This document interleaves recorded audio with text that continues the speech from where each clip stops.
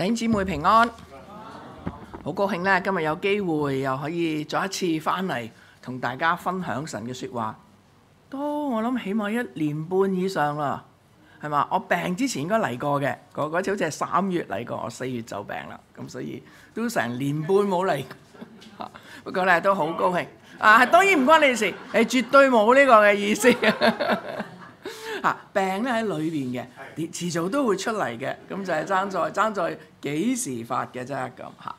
咁咧首先咧要恭喜你哋堂慶先，你哋今個月係叫做堂慶月係嘛？11月仲係，你哋係2011年開始嘅，我仲仍然記得，即係10幾年前嗰陣時同阿李牧師一齊四圍去睇，咁咧就嚟到洪水橋呢一度，咁咧嗰陣時洪福村都仲未有嘅。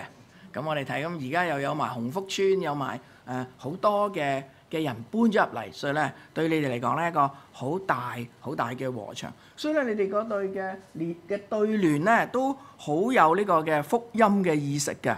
佢話懷抱報道初心，福音遍及社群，即係你哋係一個報道嘅初心，因為當植堂出嚟嘅時候咧，通常人數都唔多嘅，咁所以咧好着重係去傳福音，去報導。咁我哋開始嘅時候，我哋首先祈禱先啦嚇。天父上帝，願你使用孩子今日所講嘅，叫孩子所講嘅都係你要孩子講嘅，亦都幫助會眾佢哋有一個能聽到嘅耳朵，有一個能明白你道理嘅頭腦，更加你有一個心能夠將你嘅話藏喺佢哋嘅心裏邊，有手有腳去行出你吩咐佢哋行嘅，以致佢哋能夠聽到行到討你喜悅，做一個討你喜悅合你心意嘅信徒。聽我哋嘅祈禱，奉耶穌基督嘅名求，阿門。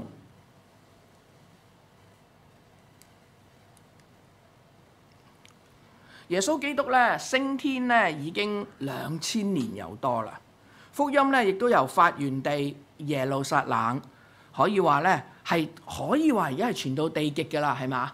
而家世界上每一個地方7大洲5大洋都好似係傳遍咗㗎啦。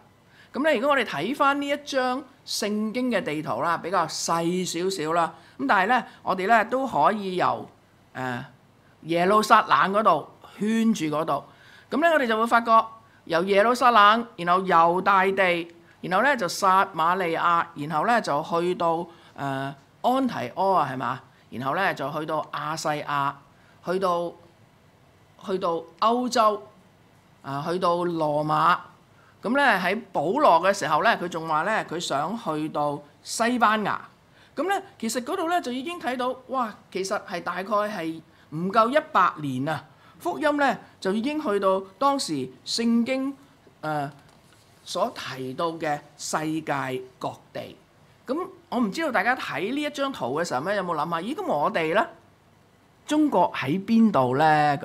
咁咧我就揾咗一張好古老嘅地圖。如果大家去睇睇呢一度講嘅話咧，係整唔到，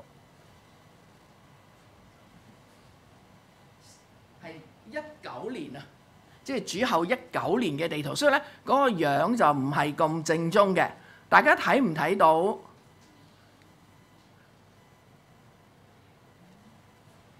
呢度係邊度啊？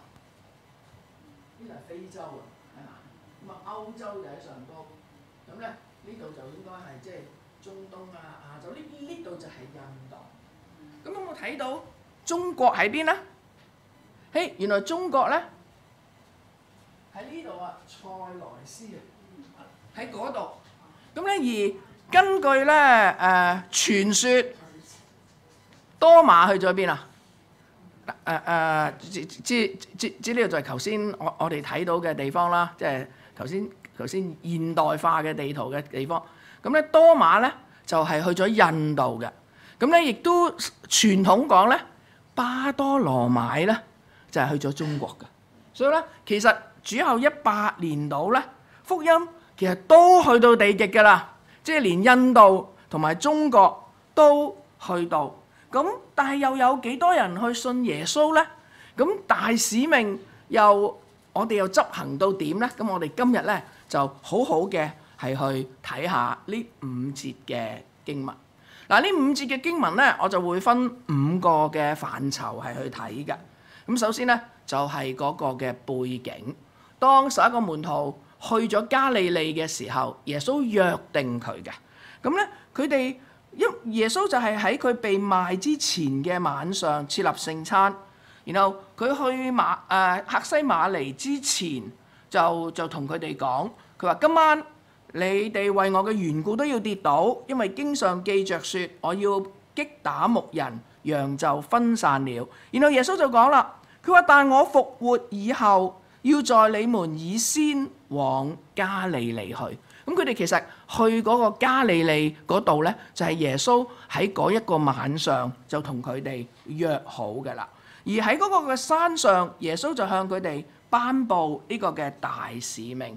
咁當時呢，有人呢就係拜佢嘅，拜佢嘅意思即係話係尊崇佢，好似當佢係即係好似有一啲嘅神聖，因為佢復活咗啊。但係仍然有人疑惑嘅，唔係好清楚嘅。其實咧，當時咧11個門徒都喺度啦，第12個就已經即係死咗㗎啦。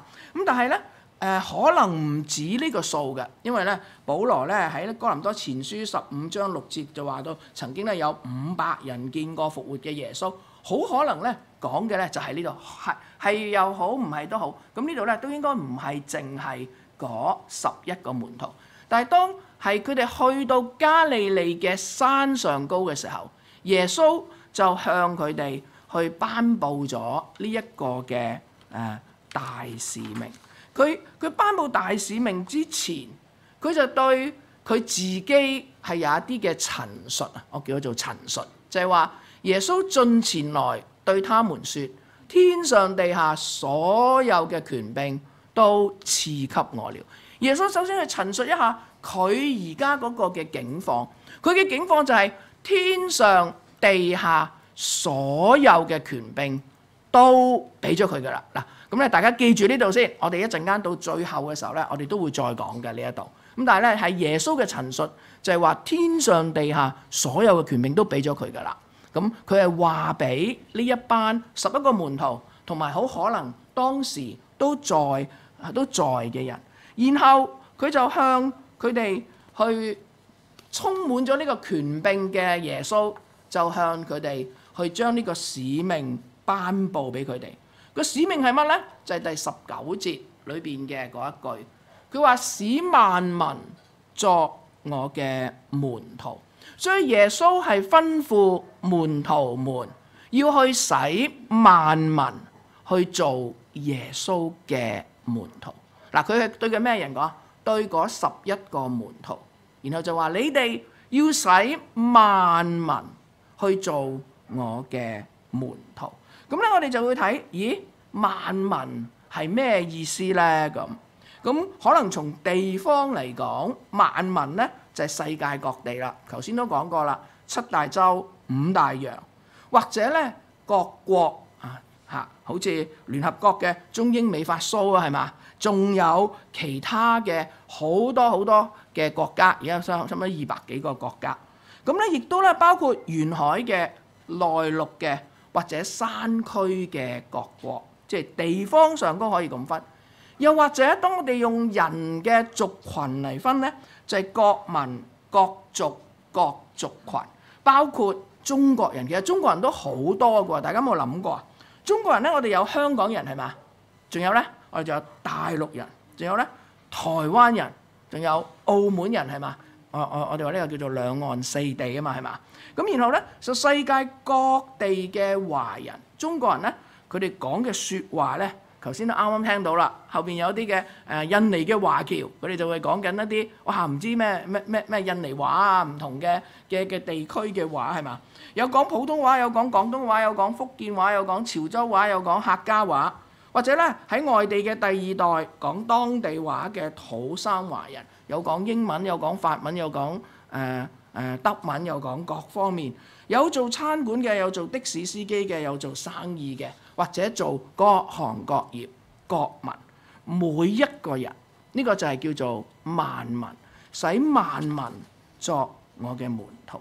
咁咧，我哋又睇一睇呂振中譯本啊，有冇聽過啊？呂振中譯本，呂振中譯本咧就將呢一度講成咩啊？佢話天上地下嘅一切權柄都俾咗我啦，耶穌講嘅。所以咧，你哋要去使一切外國人都做門徒，奉父子聖靈嘅名咧，給他們施洗，教訓佢哋遵守我所吩咐你哋嘅一切事。看吧，一切嘅日子我都和你們同在，直到今日嘅完結。呂振中譯本咧用好清楚嘅4個一切，將呢一個嘅大使命連埋一齊。不過咧，佢嗰個一切外國人，大家覺得準唔準確啊？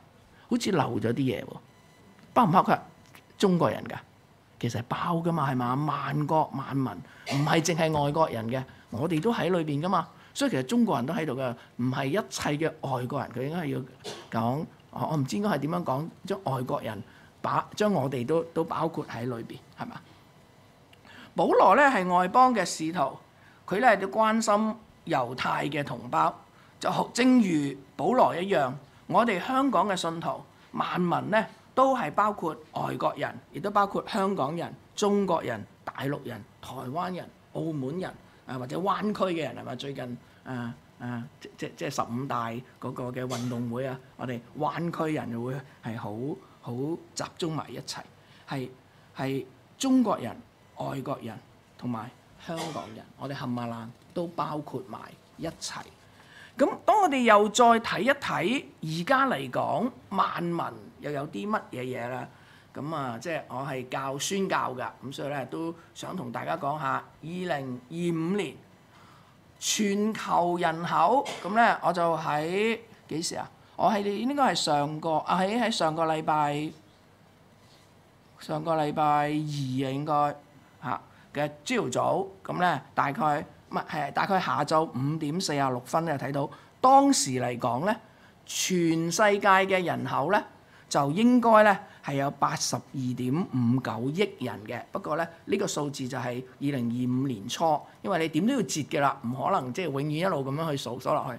咁咧就計住先，全球人口係81.92億啊！全世界萬民有幾多人係信耶穌嘅咧？咁咧？廣義嘅基督徒咧，大概咧係有32.3%，即係世界上高。咁咧，而狹義嚟講，即係福音派嘅基督徒咧，大概咧就係佔10%。呢10%就係即係包括一切嘅福音派嘅信徒，而廣義嘅基督徒咧就包括一啲接受嬰孩洗嘅信徒啦，一啲自認係基督徒嘅人啦，或者包括天主教徒啦、東正教徒啦。福音戒徒啦、掛名信徒啊等等，咁咧，所以大家咧可以記住，我哋大概咧係有1/3人係被稱為基督徒嘅，咁但係如果係福音派咧，就大概有10%。咁咧，我哋又可以睇下嗱，我哋話係使萬民啊嘛，去做耶穌嘅門徒。咁我哋喺過去嘅日子裏邊去傳福音嗰個結果係點咧？咁我哋可以去睇嘅。咁咧呢度就睇到嗱，我哋睇第2行睇基督徒嗰度啦。我哋比較1910年同埋2025年啦，即係大概100年啦。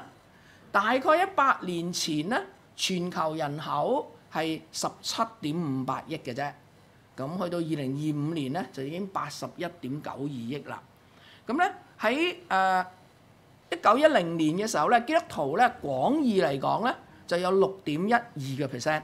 唔係6.12億嘅基督徒，咁咧就係佔全球人口嘅34.8%嘅。咁咧而去到2025年咧，年初嘅時候咧，基督徒咧廣義嚟講咧就係26.45億，多唔多啊？其實都多嘅喎，係佔全球人口嘅32.3%。即係話咧喺100年之內咧。人口咧多咗20億嘅基督徒，多唔多啊？多，因為聖經話咩啊？有一個人喺地上係願意信耶穌嘅話，天上嗰個天使咧都會拍手歡呼嘅，係嘛？何況有成20億係好多，但係我哋再睇小心啲咧，好似唔係好對路喎。因為咧100年前咧係34.8% 係基督徒喎，但係而家咧32.3%，即係話乜嘢啊？我哋跑輸咗出世率啊，係咪啊？出生嘅人咧可能咧係即係仲快過我哋去傳福音呢度，所以我哋要留心啦。嗱，咁呢度耶穌俾我哋嘅使命係叫萬民做主嘅門徒喎，我哋好似有少少嘅嘢嗱，咁我哋又睇下第二啲嘅數字啦，好少啫，我哋係咁樣睇下。其實咧，如果我哋睇咧中國民間宗教或者咧無宗教信仰者喺呢100年裏邊咧，亦都轉變好大嘅，因為咧中國民間信仰咧就由22.2個百分比咧就去到5.5啊。點解啊？原因咧國內係喺呢過去嘅100年咧，從一個有宗教自由嘅信仰變咗咩啊？變咗個無神論嘅國家。咁所以咧有好多國內嘅民間中國嘅民間信仰咧，佢哋就叫做轉咗啦。即係其實佢哋實際點就未必一定係轉嘅嚇。咁咧而無宗教信仰咧就由0.2% 咧就變咗12.8% 啦。因為咧國內係無神論嘛。咁呢個係個政治嘅原因係令到即係有轉變啦。但係我哋都會睇到穆斯林咧，亦都咧個百分比咧係 double 咗㗎，係由12.6個百分比咧係去到25.2嘅百分比。而咧照估計，去到2050年咧，穆斯林嘅人口咧，照宣教學者估計咧，可能超越廣義基督徒嘅數字，大過廣義嘅基督徒啦。咁所以我哋要留心，要努力，係真係要熱心嘅，係向呢啲嘅人去傳福音。嗱，咁我哋又睇下，其實咧10%係呢啲嘅福音派嘅信徒。32%係廣義嘅基督徒，佢哋唔係平均分配喺世界各地嘅，係唔平均嘅。我哋又睇一幅圖啦，呢幅係應該係我俾大家睇最後唔係尾二嘅一幅啦。咁咧係唔係平均分㗎？咁大家會睇到，即係橙色就係福音派信徒係嘛？橙色比較多啲就係拉丁美洲啦、北美洲啦。或者係非回教嘅非洲嗱，非洲有一部分係回教國家，有一部分咧就係非回教。非回教嘅非洲國家咧都多福音派嘅信徒嘅。咁咧其實中國都唔少喎。如果大家咁樣睇係嘛？咁咧大家會睇到橙色嘅就係福音派信徒，咁咧而淺黃色咧就係其他嘅即係。其他嘅基督徒啦，即係廣義嘅基督徒。咁即係其實廣義嘅基督徒咧都需要傳福音㗎。但係如果我哋睇咧，中國咧就唔係咁多廣義嘅基督徒嘅啫，因為喺中國你做基督徒係要付代價㗎。咁所以咧唔係咁多咧係叫做掛名嘅基督徒。但係綠色又係乜嘢咧？綠色咧就係話係叫做近文化嘅非信徒。綠色嘅係唔係信徒嚟嘅？係未信主嘅，但係佢哋已經喺佢哋附近咧，已經有同佢哋同文化嘅教會啦。譬如洪水橋呢度，我哋今日嚟教會聚會，咁我哋就橙色嘅，係嘛？咁咧，但喺我哋附近有好多人，佢哋仍然未信主㗎。但係咧，我哋就比較容易去到佢哋嘅裏邊，同佢哋去傳福音。我哋又唔使學語言啦，又唔使學各樣嘅嘢，又唔使跨任何嘅界限。我哋咧都可以去咧同佢傳福音，所以咧綠色嘅意思即係話我哋可以同我哋同文化嘅，佢係非信徒。咁我哋睇咧，其實中國咧就好多呢一啲同文化嘅非信徒，係等待緊我哋去將個福音去傳俾佢。咁而藍色係乜咧？藍色咧就係遠離文化嘅非信徒，或者我哋好簡單嚟講叫做未得之民，就即係話喺佢哋嘅當中，可能咧未必係有教會嘅，同佢哋文化嘅教會，又或者喺佢哋當中，佢哋自己出唔到去傳福音，因為佢哋嘅信徒好少啊，個力量好細，所以咧好需要有人去到佢哋嗰度去傳福音俾佢哋。嗱，咁大家記住呢一張圖少少啦，咁都大家都唔會記得好多，大家記住3個色啦，黃色就係基督徒，綠色就係近文化嘅非基督徒，而藍色就係美德之民，係嘛？即係其實藍色同埋綠色咧都未信主嘅，佢哋咧大概就係佔67% 左右啦。咁呢啲就係藍色同埋綠色嘅萬民。咁咧係唔係平均嘅分配喺各國裏邊嘅？咁嗱，咁我哋又翻去耶穌嘅使命啦。耶穌嘅使命就係話，我哋要使萬民做耶穌嘅門徒。英國嘅神學家維格士維喺1923年，佢話到，佢話世人未能夠睇見耶穌嘅原因係基督徒冇被耶穌所充滿。基督徒冇被耶穌所充滿，佢哋以為每個星期參加下崇拜，偶然讀下聖經，有時祈禱一下就夠啦。咁佢話啦，我最難過嘅就係睇到自稱係基督徒嘅人，卻冇生命、冇能力，生活方式跟非信徒差唔多，以致咧難以分辨佢哋係屬血氣嘅，還是係屬聖靈嘅。呢啲係當時呢個神學家佢咁講，佢話佢覺得好可惜，好可惜，因為基督徒冇被耶穌嘅充滿。但係耶穌吩咐我哋使萬民作我嘅門徒，呢個係個動詞，係一個命令式嘅動詞。我哋使一個人成為基督嘅門徒係咩意思呢？就係將佢帶入一個師生嘅關係當中，接受基督嘅説話，負起基督俾我哋嘅使命，或者我哋用一個嘅形象我哋負起基督俾我哋嘅軛，信服接受基督嘅話係真理，執行基督嘅説話。耶穌嘅門徒必須使別人好似佢哋一樣，成為耶穌基督嘅門徒。耶穌對11個門徒講嘅，而呢11個門徒就對佢哋嘅門徒、佢哋嘅門徒、佢哋門徒一路講到而家嚟到我哋嗰度，就係好似耶穌而家就對大家話：你哋要使萬民作耶穌嘅門徒。你哋會話：咁我哋點樣可以係使萬民做耶穌嘅門徒呢？其實耶穌有講嘅，耶穌喺大使命呢度係有講嘅。佢俾咗3個方法，我相信唔止3個方法，但係耶穌喺呢一度俾咗3個方法。第一就係話，所以你們要去，使萬民作我嘅門徒。去，要出去，要放低一啲嘢先正可以出去。我諗大家都知道亞伯拉罕係嘛？當神呼召亞伯拉罕從吾爾去到迦南地嘅時候，佢要點啊？佢要離開本地本族父家，往神所要指示佢嘅地方去。所以亞伯拉罕要放低佢嘅嘢，係去有啲咩要做呢？就係跨越。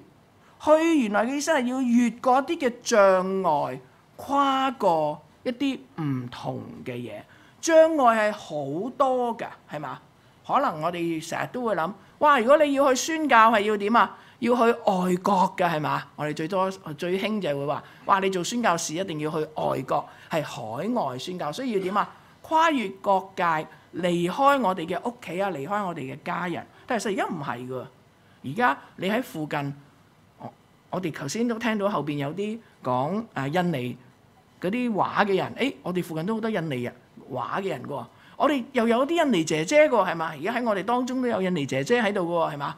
我哋可以跨過一啲嘅言語嘅障礙，一啲文化嘅障礙，一啲社會階層嘅障礙，一啲生活習慣嘅障礙，地域嘅障礙。如果我哋要去傳福音，一定要跨過一啲嘅障礙㗎。咁所以就大家去諗下，咦？我幫隔離嗰個人傳福音，有啲乜嘢障礙係要越過嘅咧？其實當我哋去睇翻，當耶穌基督其實耶穌基督就係一個越過障礙嘅宣教士，係嘛？佢道成肉身啊，即係話佢從天上嚟到地上，然後佢從無限變成有限，從全知變成一個好似學生咁，從細個要開始，再重新學過，再重新嚟到我哋嘅當中。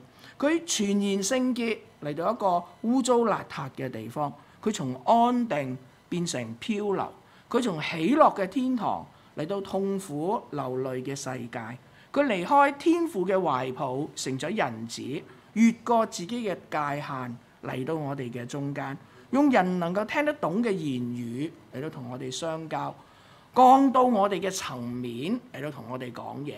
我哋其實好多人都講過啦，係嘛？你見到隻螞蟻，你冇辦法同佢講㗎，你係要咩啊？變成隻螞蟻先同佢講到嘅。耶穌就係咁樣嚟到我哋嘅層面同我哋講嘢。如果唔係，我哋點樣能夠明白佢呢？其實除咗耶穌係咁之外，其實早期教會都係一群去嘅人，佢哋要越過我呢個嘅界限去傳福音。好似巴拿巴原本係一個富有嘅人，佢變賣咗佢嘅田產，都有需要嘅人當中。保羅越過咗地域同埋法利賽人嘅優越，做一個福音嘅使者。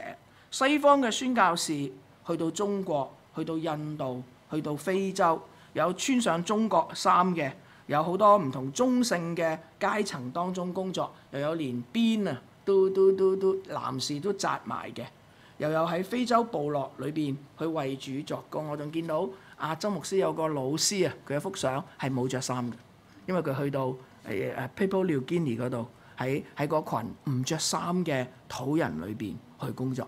佢係一個美國嘅宣教士，但係佢卻願意咁樣去做，有數之不盡嘅例子。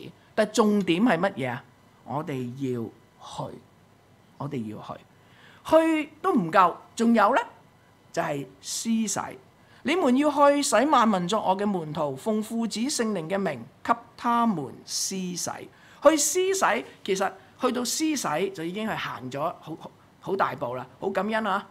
你哋上個禮拜有洗禮，一陣間咧都有見證，好開心嘅事。但係咧，我哋知道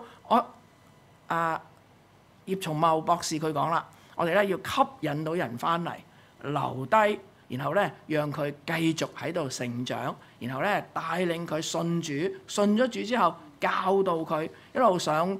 我唔知你哋要上咩班啦。以前感受就係要上初信班，要上基督生平班，然後上洗禮班，然後先可以洗禮，所以咧要上成1年嘅主日學，然後咧先正可以施洗。施洗之後都唔停嘅喎，仲要上侍奉學習班，繼續上落去，係嘛？咁所以施洗係得到栽培，得到幫助，得到教導。同埋頭先都講過啦，施洗之後唔係停落去㗎。第3個，原來我漏咗一個，使萬民作我嘅門徒，去施洗，係教訓佢哋遵守。所以你們要去，使萬民作我嘅門徒，奉父子聖靈嘅名給他們施洗。凡我所吩咐你們的，都教訓他們遵守。所以咧，施洗完之後未停嘅喎，弟兄，一陣間你講完見證，要繼續上主日學嘅喎，係嘛？要繼續上，同埋咧唔係淨係上啊，我哋要點啊？我哋要遵守，我哋知仲要行，咁先叫做學識。如果唔係咧，淨係知淨係聽，喺個頭嗰度咧，個頭就越嚟越大，但係咧就冇行動，冇一啲實際嘅影響，係嘛？係遵守，教訓佢哋遵守。所以咧，嗰個學嗰個就要虛心嘅學習，教嗰個就要教訓人哋遵守，唔係淨係將個知識教，係要讓佢哋去做。譬如你教人哋祈禱咧，就等到佢能夠識祈禱，能夠同你一齊祈禱，係嘛？教翻人哋傳福音咧，就要真係同佢出去一齊去傳福音，係嘛？咁樣先得。咁唔單係教導喎，同埋咧係要遵守住基督嘅説話，做個基督嘅門徒，即係好切實嘅生命嘅改變。所以我哋做門徒嘅係接受言教亦都要接受新教，然後咧亦都咧再去咧係去到做人哋嘅言教新教。嗱，咁我哋又睇翻過去2000年，有人去帶人信主，有人去施洗，叫人嘅生命改變，去為耶穌增加門徒。咁咧，但係咧基督徒嘅人口咧，其實咧都有好大嘅改變。我哋睇翻呢一張圖咧，係1978年嘅。嗱，我哋唔睇咁多嘢啦，我哋淨係睇睇中國好嘛？睇唔睇到中國嗰陣時係點啊？1978年，1978年即係45年前度啦。佢即係嗰陣時大概即係45、6年前度。嗰陣時橙色有幾多啊？睇唔睇到啊？睇唔到添啊！綠色有幾多啊？都睇唔到。大部分係咩啊？係藍色。但係而家嘅中國，我哋嘅橙色係好，我哋嘅綠色係全世界最多綠色嘅地方就係就係中國。所以其實中國人真係要努力嘅係去傳福音俾我哋嘅同胞，因為真係神已經開咗好多好多嘅禾場喺我哋嘅附近，反而中國裏邊嘅藍色咧就唔係咁多。所以咧，即係有人話到可能去到2030年咧，中國咧就係全球最多基督徒嘅國家。雖然仍然受逼迫，但係好可能咧係全球最多基督徒嘅國家。咁所以當我哋睇到，哇！真係唔簡單啊！咁但係當我哋睇下我哋嘅資源係點樣用喺傳福音上高咧？嗱，咁2025年全球差傳數據嗰度攞出嚟㗎。佢話咧，全世界大概有45萬個宣教士，咁用嘅錢咧，擺喺宣教上高嘅錢咧，大概係450億，大概係450億。如果我哋睇世界，我哋今次就撈亂佢嚟講啦。我哋咧就有 A 世界、B 世界、C 世界，記唔記得嗰3個顏色啊 ？C 世界係乜嘢啊？係廣義基督徒，係佔32%。C 世界。B 世界咧就係福音已達，但係咧未信嘅基督徒，就大概有34%。A 世界咧就係未得之民，亦都大概咧就有34%。咁我哋嗰啲宣教嘅資源係點樣分配嘅咧？首先咧，我哋有72%嘅宣教士咧，就喺 C 世界裏邊。嗱，大家要明白話 C 世界係乜嘢啊？廣義嘅基督徒嘅世界裏邊喎。點解仲要咁多宣教士嘅？有原因，因為我哋要教佢哋出去宣教啊嘛，係嘛？我哋要教佢哋去做各樣嘅嘢，去同唔同嘅地方係去聯繫。咁所以咧，有72%嘅宣教士咧，就喺 C 世界嗰度，有87%嘅宣教嘅費用咧，就用咗喺 C 世界嗰度。咁我哋睇下 B 世界啦 ，B 世界有幾多咧 ？B 世界咧就有25%嘅宣教士喺度，因為 B 世界係福音已達。但係咧，佢哋未信主噶嘛，仲有好多人未信主噶。咁所以咧，都有25%嘅宣教士喺佢哋當中，有12%嘅宣教嘅費用咧，就喺B 世界嗰度。咁 A 世界啦 ，A 世界係乜嘢啊？未得之民，意思即係話 A 世界係點啊？其實係最需要宣教士。A 世界係最需要宣教嘅經費，但係我哋睇下。原來咧係得3%嘅宣教士喺當中，而咧只係得1%嘅宣教嘅費用喺當中。大家會睇到嘅時候，你會覺得點啊？好似有啲錯配喎，係嘛？我哋未必一定需要所有嘅資源都去晒 A 世界，但係咧 A 世界其實可能嘅需要係多一啲。大家咧都需要為呢一件事係祈禱，係去思想。咁當我哋咁樣再問嘅時候，我哋就會問：咁教會又應該點樣去用我哋嘅資源咧？咁啊，好簡單嘅講一講。阿林安國牧師咧，就有一個叫做50-50教會嗰個嘅理論，係佢個理論嚟嘅。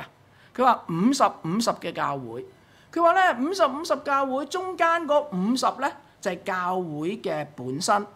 教會本身咧就會有向上敬拜，因為咧我哋重點啦，大家星期日翻嚟都嚟敬拜㗎，同埋向內嘅強化嘅，譬如我哋需要用錢喺講台供應啦，有門徒訓練啦，系統嘅教導啦，肢體嘅生活，呢個係教會本身。咁咧，林安國牧師話最好係50%啦，即係將教會嘅人力、物力、財力用50%喺教會嘅裏邊。咁另外50%用喺邊咧？佢話原來25%咧就用喺我哋本身呢一個嘅社區，25%咧就用喺向外嘅跨越、向外嘅社區。本身嘅社區有啲咩可以做咧？有社區嘅佈道啦、救靈魂嘅行動啦，譬如有啲叫做吸力嘅佈道啊、動力嘅佈道啊、植堂嘅佈道啊，又或者咧有啲係佈道以前嘅愛心嘅行動，有啲光鹽嘅佈道啊、橋樑啊，即係同人哋關係啊、傳人嘅佈道等等。當咧喺社區裏邊有嘅佈道嘅工作，有嘅事情做到有成果嘅時候咧，啲人信咗主咧就會翻嚟嘅，係嘛？就會翻嚟教會，所以咧就會即係擴大嘅增長啊，會數量上高增長咧，都會翻嚟教會增長嘅。即係當我哋做社區嘅工作，咁另外25%咧就會係向外嘅跨越啦，有近文化嘅佈道植堂啦，或者跨文化嘅佈道植堂啦等等，即係做宣教嘅工作。咁咧，但係其實咧，林安國牧師就係話呢個50-50教會咧，其實唔係一個嘅死嘅嘢嚟嘅，亦都咧唔係一個必然嘅嘢。其實俾大家做一啲嘅參考。當如果大家喺教會裏邊，你哋係有呢一個嘅崗位，係要去負責去睇教會點樣用你嘅人力、物力、財力嘅話，最好就係咁啦。如果教會嘅係90-10嘅話咧，咁好可能教會就會係一間好內聚嘅教會，冇乜太外向嘅嘢。咁我記得我以前一向咧都係用北宣做我嗰個嘅例子嘅，就成日都會好希望我哋會好似北宣咁，係大概佢哋係50-50嘅，即係向外同埋即係對內。咁其實俾大家去做一啲嘅參考。嗱，咁呢度係講教會啦。咁我哋個人又點咧？我哋個人係點樣係去傳福音？我哋點樣去帶門徒？又或者我哋個人嘅奉獻當然係要透過教會係去使用。所以咧，其實教會就好似即係就用咗嗰度啦。咁但係我哋個人喺傳福音上高係點啦？我知道大家都有出去傳福音啊，你都有啲弟兄姊妹咧傳福音好叻嘅。假如咧你能夠一日帶一個人信主，3年你帶到幾多人信主啊？3年當你1000啦，係嘛？做一啲好啲嘅做法，每3年帶1000個人信主。從今年開始，2025年開始，2028年就有1001個，因為你自己仲信主噶嘛，係嘛？然後咧跟住咧2031就係2001，去到咧2058就係咧11001，多唔多啊？多，要唔要鼓掌啊？一定要鼓掌啦！但係好似都唔係好夠啫喎。但係假如你1年、2年、3年去帶門徒，耶穌話你哋要去使萬民做我嘅門徒。3年帶出11個門徒，邊個係咁啊？耶穌咪咁咯，係嘛？佢3年帶咗11個門徒。第一個3年好少人，1加11，12。第二個3年，佢哋再去門徒嘅意思，即係話佢哋會重複去做翻你教佢噶嘛。所以咧就12乘12，因為你同埋另外嗰11個門徒就12乘12咯，咁就144，都唔多噶。但係當你一路咁乘落去嘅時候，去到2058年嘅時間就會係743億人。其實嗰陣時咧，去到2080年咧，人口咧大概係超過100億嘅啫。嗰陣時咧，其實已經係超過咗人口。而2058年係距離而家幾多年啊？33年，即係點啊耶穌在世嗰個嘅日子。原來係可以嘅喎，如果就咁計數嚟睇，可以嘅喎。嗱，係我計出嚟嘅。你哋可能幫我睇睇，我有冇計錯啦？我應該我啲數都幾好嘅，我以前。咁係我計出嚟嘅。咁當然啦，我哋話喂，唔係嘅，呢個實質上唔係咧。第一，我哋唔係耶穌啦，耶穌3年可以帶11個，咁我哋又未必帶到11個啦。同埋咧有困難嘅，有夭折率，其實耶穌係帶12個噶嘛，點解會少咗個咧？因為猶大背叛咗啦嘛，係嘛？咁我哋都未必好似耶穌咁可以帶到11個啦。一代一代傳落去會變樣噶嘛，係嘛？會半歪咗，但係唔好忘記，我哋仲有耶穌俾我哋嘅應許，係嘛？我哋翻去，哎呀，點解冇？哎呀，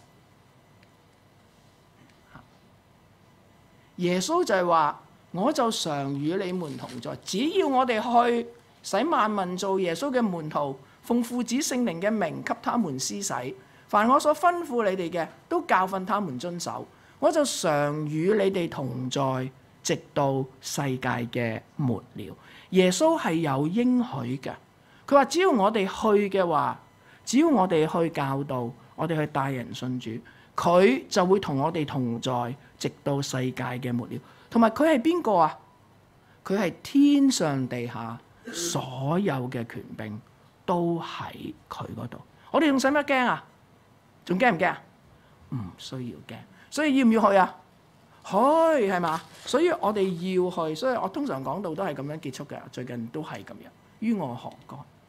同你有咩關係？去帶人信主。如果你話哎呀，我好似唔係好得喎，我點可以叫人哋跟我呢？咁你就做好啲咯，將你學到嘅去用出嚟。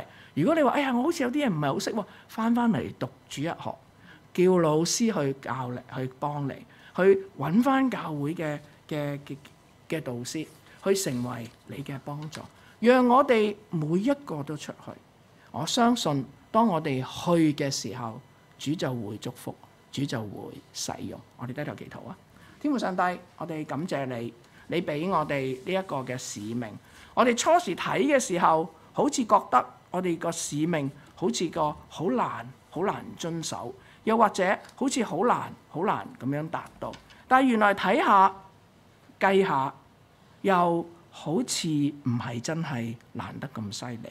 我哋就求主親自嘅幫助帶領，叫紅英家嘅每一個嘅弟兄姊妹都回應你嘅說話，願意成為你嘅門徒，係遵行你俾我哋嘅命令。我哋今日禱告係奉我主耶穌基督嘅名為求，阿門。